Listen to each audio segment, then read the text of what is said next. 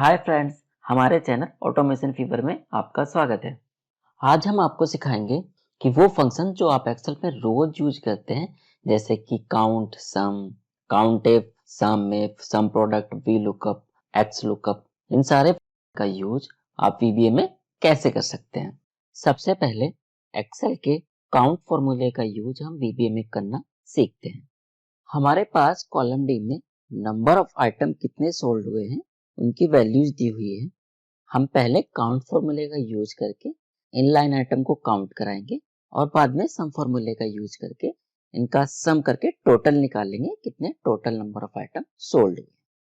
Alt F11 की press करके चलते हैं वीबीए एडिटर में और वर्कशीट फंक्शन को वीबीए में कॉल कराने के लिए हम लिखते हैं एप्लीकेशन डॉट वर्कशीट फंक्शन और जैसे ही हम डॉट लगाएंगे एक्सेल के सारे फॉर्मूला एंड फंक्शन की लिस्ट हमें मिल जाएगी। हमको कौन सा फंक्शन यूज करना है, काउंट, तो हम लिखेंगे काउंट और जैसे ही हम ओपनिंग ब्रैकेट लिखेंगे तो ये हमको एक लिस्ट ऑफ आर्गुमेंट दे रहा है कि हम यहाँ पर क्या क्या पास कर सकते हैं।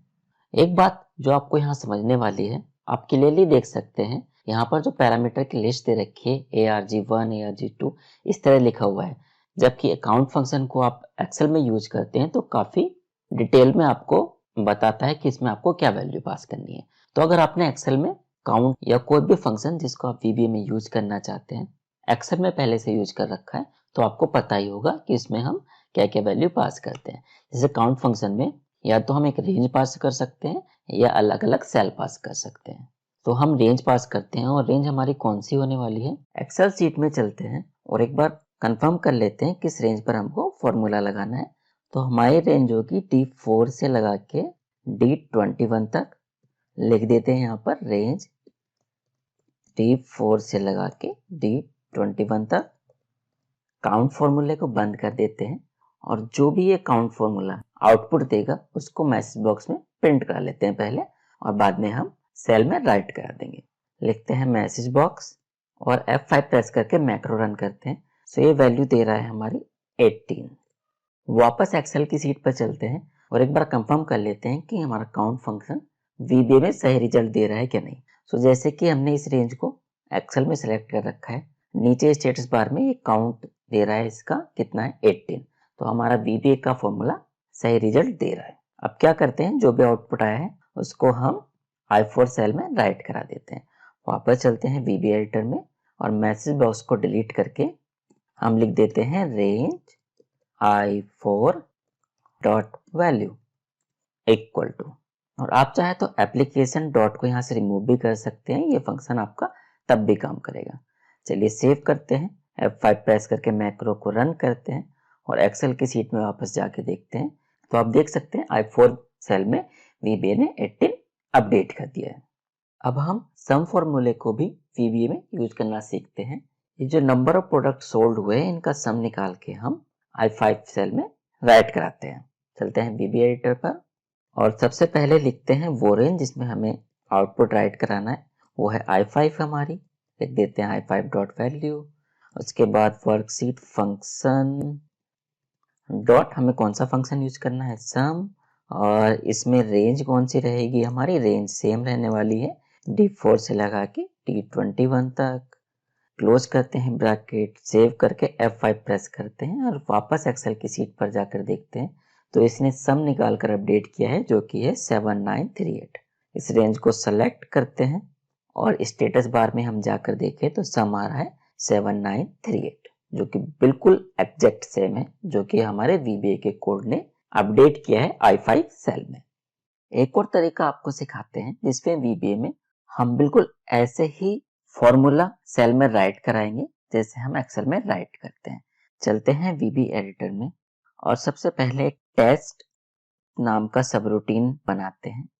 अब एक्सेल में हम कोई भी फॉर्मूला कैसे लगाते हैं, जैसे काउंट की ही बात करते हैं तो हम पहले क्या लगाते हैं, इक्वल टू का साइन, उसके बाद फॉर्मूला और उसके बाद इसमें जो भी रेंज होती है वो पास करते हैं। वो कैसे करते हैं, इसमें हम पहले लिखते हैं स्टार्टिंग सेल कौन सा है, सेमीकोलन, और एंडिंग सेल कौन सा है।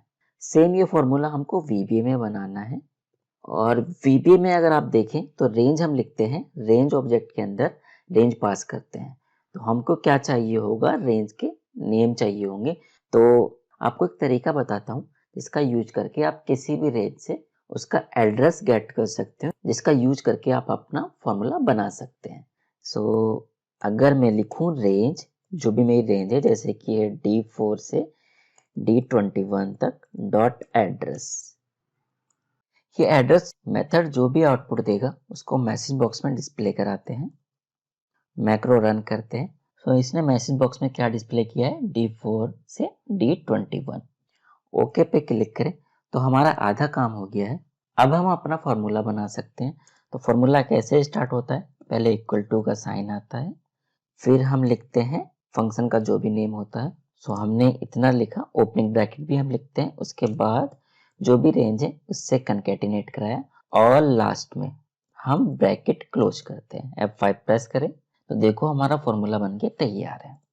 एक बात आपने यहाँ पर नोटिस की होगी कि हमने रेंज ऑब्जेक्ट में D4 से D21 तक की रेंज पास की और फिर उस पर एड्रेस मेथड लगाया, जिसने हमको स्ट्रिंग में D4 कॉलन D21 रिटर्न कर दिया। तो जब हमको D4 सेमी कॉलन D21 ही लिखना था, तब हमने रेंज ऑब्जेक्ट का यूज ही क्यों किया, डायरेक्टली स्ट्रिंग क्यों नहीं लिखती? वो इसलिए नहीं लिखी क्योंकि हम VBA में हार्ड कोडेड रेंज पास नहीं करते हैं, हमारी रेंज डायनामिक होती है। इस एग्जांपल में हमने हार्ड कोडेड रेंज पास की है, तो सिर्फ इस एग्जांपल के लिए आप चाहे तो D4 कॉलन D21 लिखकर फॉर्मूला बना सकते हैं। पर जब भी आप फॉर्मूले का यूज अपने प्रोजेक्ट में करेंगे तो आप डायनेमिक रेंज ही यूज कीजिएगा। अब हमने फॉर्मूला बना लिया है, इसका जो भी आउटपुट आएगा उसको हमें राइट कराना है। काउंट राइट कराना है हमको H4 में और सम राइट कराना है H5 में। तो चलते हैं विजुअल बेसिक पर और जो फॉर्मूला बना है इसको हम कॉपी कर लेते हैं यहाँ से, और यही जो मैक्रो है इसी में हम लिखते हैं रेंज H4 और यहाँ पे हमको फॉर्मूला लिखना है। तो डॉट वैल्यू की जगह हम लिखेंगे फॉर्मूला इक्वल टू, जो हमने फॉर्मूला नीचे से कॉपी किया यहाँ पर पेस्ट कर देते हैं, और H5 में हमको सम निकालना है तो हम लिखेंगे H5 डॉट फॉर्मूला, और जो हमने फॉर्मूला कॉपी किया उसको यहाँ पर पेस्ट कर देते हैं और काउंट की जगह यहाँ फंक्शन का नेम कर देते हैं सम। सेव करते हैं, F5 प्रेस करके मैक्रो को रन करते हैं।